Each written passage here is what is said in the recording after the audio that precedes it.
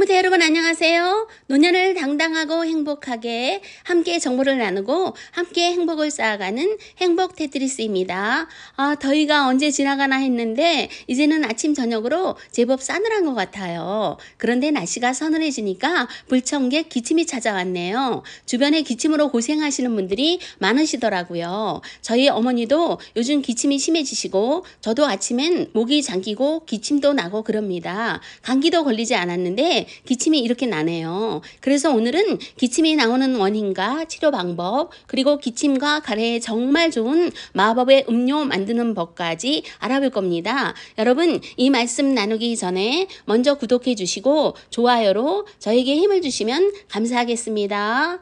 먼저 기침이 나오는 원인에는 여러 가지가 있습니다. 그리고 기침의 종류도 마른 기침과 가래를 동반한 기침이 있지요. 첫째는 기관지 확장증이 있습니다. 증상은 누런색의 가래를 동반하는 기침이 나고 아침에 더 심해지고 숨이 차며 호흡까지 힘들어집니다.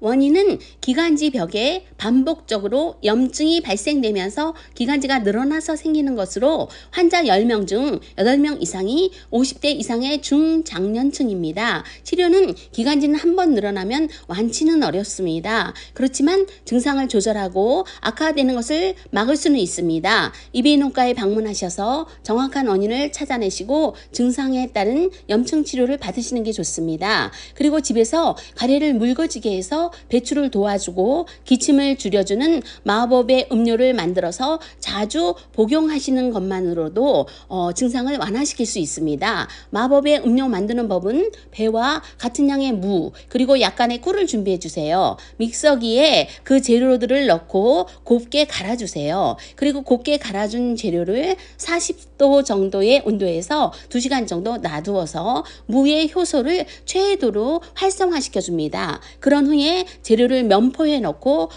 짜주시면 됩니다. 그렇게 추출한 배 무즙 1에다가 따뜻한 물 3을 섞어서 가래가 사라질 때까지 자주 복용해 주시면 되겠습니다. 둘째는 인후 건조증이 있습니다. 증상은 감기나 천식도 아닌데 장기침, 마른 기침이 나오는 것으로 심할 때는 숨쉬기 힘들 정도로 기침이 나오기도 합니다. 원인은 목이 건조해서 생기는 것으로 건조한 계절이나 몸에 미열이 있으면 나타날 수 있습니다. 치료는 기침 뚝지압과 기침 뚝차로 해결할 수 있습니다. 기침 뚝지압이란 기침이 시작됐을 때 쇄골 가운데 부분인 천돌혈을 엄지손가락으로 눌러서 기침을 진정시켜 주는 거고, 기침 뚝차는 도라지 끓인 물을 따뜻하게 해서 자주 먹어서 목을 촉촉하게 유지해 주시는 것입니다. 기침 뚝차가 맛이 써서 복용하기 어렵다면 감초나 꿀을 함께 넣어서 끓여주시면 되는데, 단 심장, 혈압, 혈당이 있으신 분들은 감초를 많이 드시는 게 안 좋으니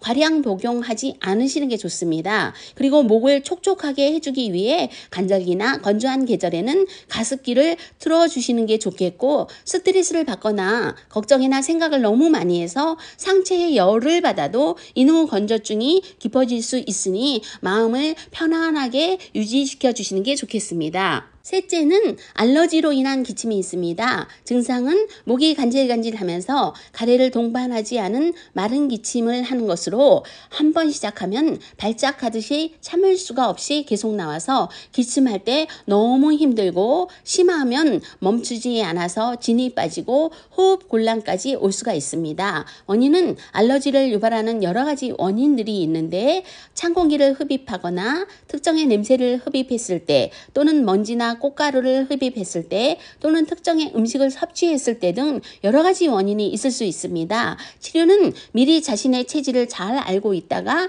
알러지성 기침을 동반하는 상황은 되도록이면 피하시는 게 좋겠고, 일상생활하기 불편할 정도로 심하다면 병원에서 항알러지성 치료제를 처방받아서 복용하셔야 합니다. 넷째는 코로나 후유증으로 섬모세포가 손상돼서 나오는 기침이 있습니다. 증상은 가래 없는 마른 기침을 계속하는 것으로 밤에도 기침이 너무 심하게 나올 수 있어서 잠을 못 자기도 합니다. 원인은 세포의 안테나로 후각에서 세포로 신호를 전달하는 것에 관여하며 호흡기에서 외부 병원체가 들어오지 못하도록 막아주는 역할을 하는 섬모가 손상돼서 안테나 기능이 손상되고, 그로 인한 기침이 발생되는 것입니다. 치료는 병원에서 선모 기능 회복을 위한 치료를 받아야 하며 시간이 지나면서 몸이 현 상태를 자각하고 서서히 적응하면서 치료되기도 합니다. 다섯째는 드물지만 역류성 식도염으로 인한 기침이 있습니다. 증상은 목에 이물감이 느껴지면서 그것을 해소하기 위해 자꾸 헛기침을 하는 것입니다.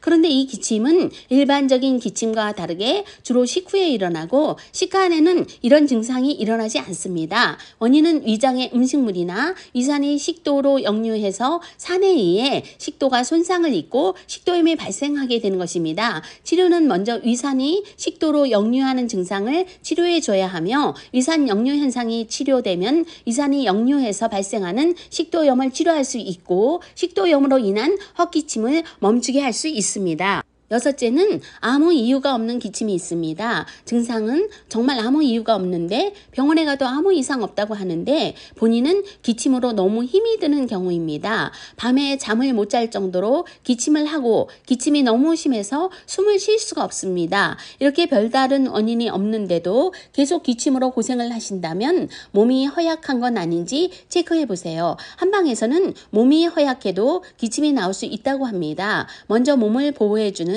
한약이나 영양제를 드시는 것도 좋겠습니다. 여러분, 오늘은 이렇게 기침에 대해서 알아봤습니다. 내가 기침을 하는 증상이 어떤지 잘 체크하셔서 정확한 원인을 파악하시고 원인에 맞는 적절한 치료를 해주시면 좋겠습니다. 그래서 기침으로부터 해방되셔서 9988 건강하고 행복하게 지내셨으면 좋겠습니다. 행복대 여러분, 오늘도 부족한 제 이야기 끝까지 들어주셔서 감사드리고 각자의 자리에서 각자의 행복 조각을 쌓으시기 바라며 다음에 다시 찾아뵙겠습니다. 안녕히 계세요.